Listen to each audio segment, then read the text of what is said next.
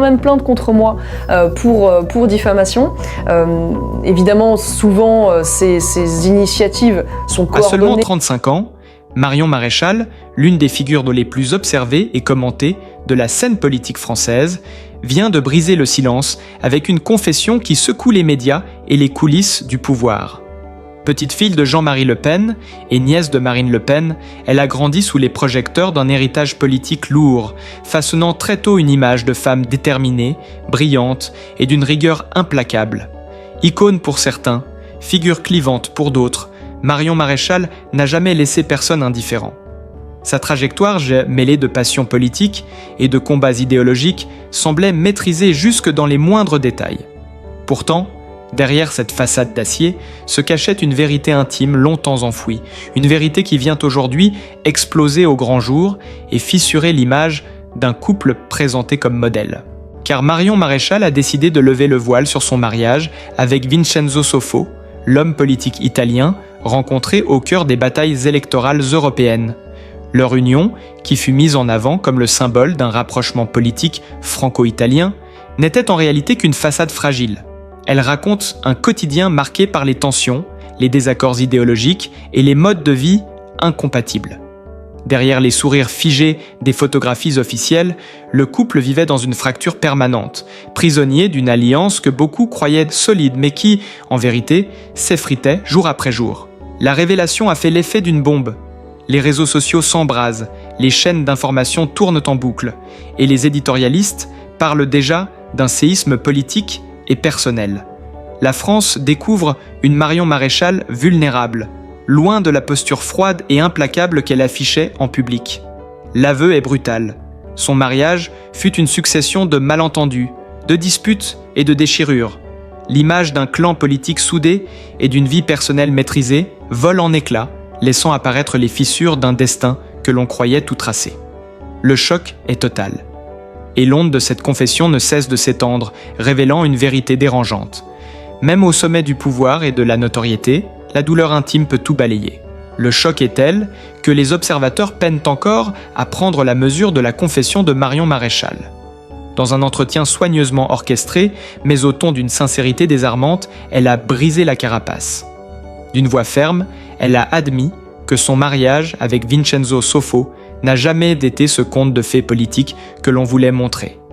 Elle a parlé de disputes incessantes, de visions du monde incompatibles, de fractures idéologiques profondes qui, jour après jour, se sont transformées en gouffres. Les phrases sont tombées comme des coups de tonnerre. Une union bâtie sur des illusions, sur des compromis impossibles, sur une façade soigneusement entretenue pour le regard public, mais qui se décomposait dans le secret des murs domestiques. Marion Maréchal a décrit une vie maritale rythmée par des tensions grandissantes, par la difficulté à concilier deux ambitions politiques lancées sur des trajectoires parallèles mais jamais convergentes.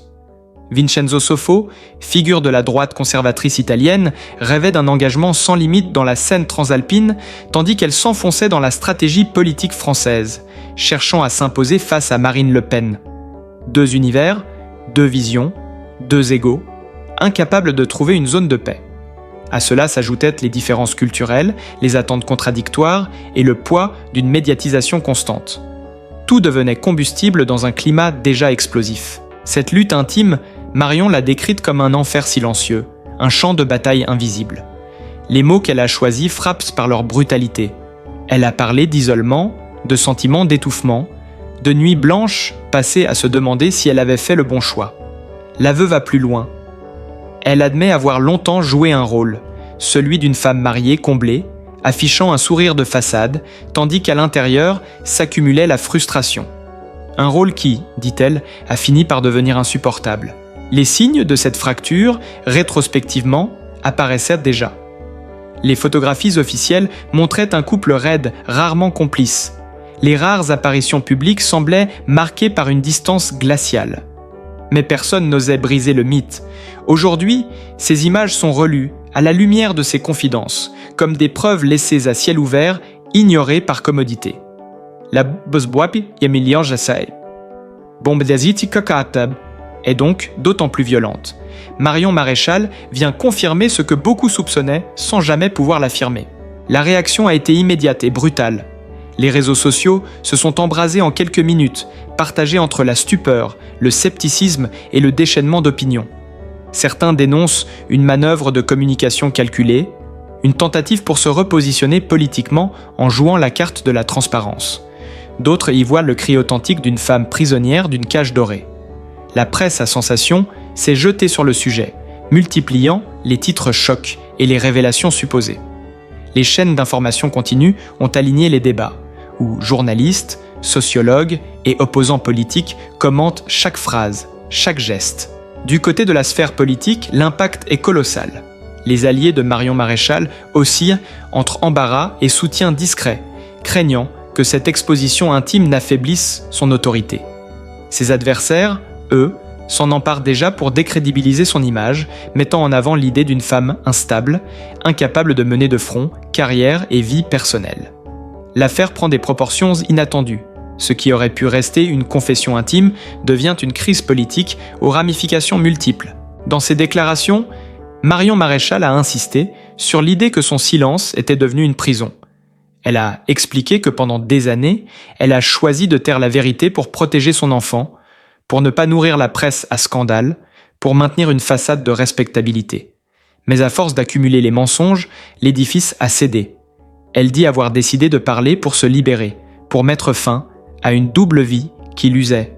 Ses mots sont lourds, elle parle de survie, de nécessité, de choix vital. La dramaturgie est totale. Une femme politique, au cœur d'un clan redoutable, héritière d'un nom chargé d'histoire qui s'expose soudain dans toute sa fragilité. Le contraste entre l'image publique et la confession privée accentue le séisme. L'effet de sidération est tel que les médias étrangers s'en emparent, transformant cette histoire franco-italienne en feuilleton international.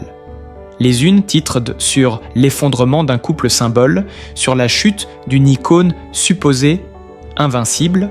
Les prochains jours s'annoncent électriques. Les confidences de Marion Maréchal ne cessent d'alimenter les discussions, ouvrant une nouvelle ère où la frontière entre vie privée et vie publique s'efface encore davantage. Le public scrute chaque détail, chaque archive, chaque déclaration passée, comme pour déchiffrer les indices d'une tragédie que l'on n'a pas su voir. Le drame intime devient une affaire nationale, un spectacle haletant où s'entremêlent politique, sentiment et trahison, avec pour héroïne malgré elle une femme qui vient de dynamiter le silence. Et comme si la confession de Marion Maréchal ne suffisait pas à enflammer le paysage médiatique, de nouveaux détails surgissent, amplifiant la tempête. Des proches du couple, jusque-là silencieux, commencent à livrer leurs témoignages. Ils parlent de soirées tendues où les disputes éclatèrent sans retenue, de voyages officiels où le froid entre les époux était palpable, de regards fuyants qui en disaient plus long que les sourires de façade. L'image d'un couple soudé vole en éclats, remplacée par celle d'une relation minée par les rancunes accumulées. Les tabloïds italiens s'en donnent à cœur joie. À Rome, certains éditorialistes évoquent déjà la chute d'un mariage diplomatique, une union qui aurait dû incarner l'alliance entre deux droites nationalistes, mais qui révèle au contraire leur fracture irréconciliable. Les journaux français, eux, reprennent en boucle les déclarations les plus brutales de Marion Maréchal, titrant sur la cage dorée et la guerre domestique. Chaque mot est disséqué, chaque phrase amplifiée, chaque silence interprété. Un extrait vidéo circule particulièrement sur les réseaux. Marion Maréchal, le visage fermé, déclarant que, derrière les rideaux tirés, l'enfer se vivait au quotidien. L'effet est saisissant. Les internautes relaient en masse ce passage, transformant son aveu en symbole d'une lutte cachée derrière les apparences. En quelques heures, le hashtag Marion Maréchal devient tendance mondiale et les débats s'enflamment bien au-delà des frontières françaises. Le clan. Le Pen, pris de court, reste muet. Ni Marine Le Pen, ni aucun autre membre de la famille ne commente publiquement cette explosion intime, mais dans les couloirs politiques, le malaise est palpable. Certains alliés craignent que cette surexposition ne fragilise encore davantage les ambitions de Marion, tandis que ses rivaux jubilent devant ce qu'ils considèrent comme une preuve de faiblesse. Les analystes politiques soulignent un point crucial. Dans un univers où chaque détail de la vie privée peut se transformer en arme politique, l'aveu de Marion Maréchal devient une vulnérabilité exploitable. Ses adversaires ne manqueront pas de s'en servir. Et déjà, des voix s'élèvent pour mettre en doute sa capacité à incarner l'autorité et la stabilité nécessaires à une carrière nationale. La frontière entre confession intime et stratégie publique s'efface, plongeant la jeune femme dans une zone de turbulence sans précédent. Mais au-delà du tumulte politique, ce sont les révélations personnelles qui fascinent. Marion décrit une relation où l'incompréhension était devenue la norme, où chaque tentative de rapprochement se soldait par un nouveau conflit. Elle parle de promesses non tenues, de compromis impossibles, de blessures accumulées jusqu'à l'irréparable. Ces mots dessinent le portrait d'un couple piégé par ses ambitions, incapable de se retrouver dans le quotidien. Cette dimension tragique, presque théâtrale, alimente encore davantage la frénésie médiatique. Les chaînes d'information multiplient les plateaux spéciaux, invitant des psychologues, des experts en communication et des chroniqueurs politiques pour analyser la chute de ce mariage présenté jadis comme exemplaire. Chacun y voit un symbole. La preuve que le pouvoir n'épargne personne, que la notoriété ne protège pas du chaos intime, que la façade des grandes familles politiques peut s'effondrer en un instant. Les heures qui suivent la révélation prennent des allures de cauchemar médiatique pour Marion Maréchal. Les caméras ne la quittent plus, les photographes traquent chacun de ses déplacements, espérant capturer l'image qui confirmera l'effondrement de sa vie privée. À Paris comme à Bruxelles, son visage s'affiche en une des magazines, accompagné de titres assassins qui rivalisent beau de violence, mariage brisé, l'aveu qui choque, le couple en ruine. La vie intime de la politicienne devient un feuilleton collectif, suivi minute par un public avide de détails croustillants. Ce qui frappe, c'est le contraste entre l'aura publique de Marion, cette femme à la fois glaciale et combative, et l'image bouleversante d'une épouse prisonnière d'un quotidien invivable. Ses propos résonnent comme un paradoxe. Elle, qui semblait si solide, si maîtresse de son destin, se montre désormais vulnérable, exposant les failles les plus profondes de son existence. Les réseaux sociaux se transforment en tribunal populaire, certains l'accusant d'avoir manipulé l'opinion, d'autres la défendant avec ferveur comme une victime courageuse. Dans ce tumulte, Vincenzo Soffo reste muré dans un silence glacial. Aucun commentaire officiel, aucune déclaration, seulement des proches qui distillent, anonymement, des versions contradictoires. Certains insinuent que Marion exagère, que ses paroles relèvent davantage de la stratégie que de la confession. D'autres confirment son récit, évoquant un homme rigide, intransigeant, obsédé par sa carrière, incapable de compromis dans la sphère privée. Ce jeu de confidences anonymes nourrit le brasier médiatique, donnant à l'affaire une dimension quasi romanesque. Les fissures du couple, en réalité, avaient commencé bien avant cette explosion publique. Les journalistes exhument des images anciennes, une réception officielle où Marion détourne le regard, une conférence de presse où Vincenzo répond sèchement à une question, alors qu'elle force un sourire crispé. Ces détails, passés inaperçus à l'époque, deviennent aujourd'hui des pièces à conviction dans le procès médiatique de leur mariage. Chaque archive est relue comme un indice. Chaque geste est interprété comme la preuve d'un naufrage annoncé. Pour Marion, le prix à payer est immense. Elle doit désormais affronter non seulement la douleur personnelle d'une relation brisée, mais aussi l'acharnement d'un public qui scrute ses moindres mouvements. Ses alliés politiques s'interrogent, cette mise à nu peut-elle se transformer en force ou n'est-elle que le signe d'une fragilité irrémédiable? La question hante les coulisses des partis, où l'on redoute que cette exposition fragilise encore davantage son camp dans une période déjà tendue. Dans ce climat de suspicion et d'émotions brutes, la voix de Marion Maréchal résonne avec une intensité particulière. Elle martèle que son choix de parler n'est pas une manœuvre mais une délivrance, un cri de vérité face à des années d'étouffement. Elle décrit une solitude glaciale, une vie fragmentée entre ambition politique et désillusion conjugale, une lutte permanente pour préserver une apparence qui ne trompait plus personne. Ces mots sont lourds, presque suffocants, et laissent une trace indélébile dans l'opinion. Chaque nouvelle déclaration entretient le suspense et nourrit la frénésie. Les plateaux télévisés s'enflamment, les sondages mesurent l'impact sur sa popularité, et les éditorialistes s'interrogent sur les répercussions à long terme. L'affaire n'est plus seulement une histoire de couple. Elle est devenue un révélateur des tensions, des hypocrisies et des fragilités qui traversent la vie publique. La spirale médiatique devient infernale. Chaque heure apporte son lot de nouvelles révélations, de commentaires assassins, de rumeurs plus ou moins crédibles. Marion Maréchal, déjà fragilisée par ses propres aveux, se retrouve isolée comme jamais. Ses alliés les plus proches hésitent à la défendre publiquement, craignant d'être aspirés par le tourbillon. Dans les couloirs feutrés de l'Assemblée, les murmures se multiplient. Certains parlent d'une femme dépassée, d'autres d'une figure sacrificielle, condamnée à payer le prix d'une transparence trop brutale. Ses adversaires, eux, ne cachent-ils pas leur jubilation. Les critiques fusent, souvent cruelles, parfois ouvertement misogynes. On lui reproche d'avoir transformé sa vie privée en spectacle. On la raille pour cette vulnérabilité affichée.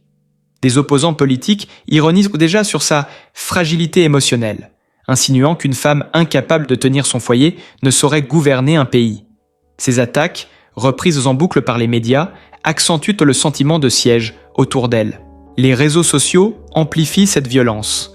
Entre soutien fervent et attaques impitoyables, Marion devient le sujet central d'un champ de bataille numérique. Les hashtags se succèdent, Tuvato, Courage Marion, Hypocrisie Maréchal, Sophogate. Les internautes exhument des vidéos, les détournent, les commentent avec une virulence qui confine parfois au lynchage. Chaque image, chaque mot prononcé est disséqué comme si toute sa crédibilité politique dépendait de cette confession. Dans cette tempête, Marion se retrouve de plus en plus seule. Les apparitions publiques deviennent des épreuves. Lors d'une conférence récente, les flashs crépitent sans relâche. Et les journalistes ne posent aucune seule question. Que reste-t-il de votre mariage ? Le silence de Vincenzo Soffo, qui se retranche derrière une stratégie du mutisme absolu, ajoute à la tension dramatique. Plus il se tait, plus l'opinion publique réclame de connaître sa version, comme si la vérité devait émerger d'un duel de récits contradictoires. De Zia, les analystes soulignent un paradoxe troublant. Cette crise personnelle, loin de l'anéantir complètement, pourrait paradoxalement renforcer son image auprès d'une partie de l'électorat. Certains y voient de la preuve d'une sincérité rare dans un monde politique saturé de mensonges. Mais la majorité des observateurs redoutent que le coup soit trop lourd. Trop d'intimes exposés, trop de chaos médiatique, trop de fragilité révélée. L'effet boomerang pourrait s'avérer dévastateur. Ce qui frappe surtout, c'est le ton tragique des confidences de Marion. Elle parle d'un quotidien transformé en champ de bataille psychologique, d'un couple réduit à des affrontements idéologiques, d'une solitude croissante qui la rongeait de l'intérieur. Ces mots résonnent comme un cri, et ce cri amplifié par la presse se transforme en symbole d'une époque où les frontières entre vie privée et vie publique se dissolvent inexorablement. À mesure que les jours passent, la pression monte. Les éditorialistes s'interrogent. Marion Maréchal pourra-t-elle résister à cette tempête ou son aveu marquera-t-il le début d'une lente descente aux enfers ? Les paris se multiplient, les scénarios s'écrivent et chaque geste, chaque apparition est scruté comme l'acte d'un drame en cours. Et comme si la tempête n'était pas assez violente, de nouveaux éléments surgissent, transformant le scandale en véritable séisme. Des médias italiens publient des extraits de courriels supposément échangés entre Marion Maréchal et Vincenzo Soffo. Les messages, dont l'authenticité n'est pas encore confirmée, révèlent des disputes féroces autour de l'éducation de leur enfant, des choix politiques contradictoires et des accusations mutuelles de trahison et d'ambition démesurée. Ces fragments, arrachés à l'intimité du couple, circulent désormais en boucle sur les réseaux sociaux, attisant la curiosité et la colère du public. Les tabloïds s'emparent de chaque détail, multipliant les titres explosifs, les mails qui détruisent le couple Maréchal Soffo. Quand l'amour se transforme en guerre, Marion, accablée par ses propres mots. La presse people rivalise avec la presse politique pour exploiter cette manne sensationnelle. Les rédactions françaises et italiennes se livrent à une véritable course aux révélations, chacune prétendant détenir de nouveaux fragments d'un puzzle sordide. Dans les coulisses, les alliés de Marion redoutent le pire. Ils craignent que ces révélations, qu'elles soient authentiques ou non, finissent par l'ensevelir politiquement. Les plus prudents appellent au silence, d'autres suggèrent une contre-offensive médiatique. Mais Marion reste fidèle à sa ligne. Assumer coûte que coûte, au risque de s'exposer davantage. Cette stratégie divise, certains y voyant un courage inédit, d'autres une fuite en avant suicidaire. Pendant ce temps, Vincenzo Soffo brise enfin son silence par une déclaration lapidaire diffusée dans la presse italienne. Certaines vérités appartiennent à la sphère privée et ne doivent jamais être instrumentalisées. Une phrase courte, glaciale, perçue par beaucoup comme une attaque à peine voilée contre Marion. Ce geste ravive les flammes du scandale. Les éditorialistes parlent désormais de « guerre ouverte », un duel médiatique où chaque mot pèse comme une bombe. La rue elle-même s'empare du drame. Dans les cafés, sur les plateaux télé, dans les forums en ligne, on ne parle que de ça. Les opinions s'entrechoquent, certains prennent fait et causent pour Marion, d'autres pour Vincenzo. Le débat dépasse largement le cadre du couple pour devenir un affrontement idéologique entre deux visions de la politique, deux cultures, deux mondes irréconciliables. Les réseaux sociaux, eux, transforment l'affaire en spectacle permanent.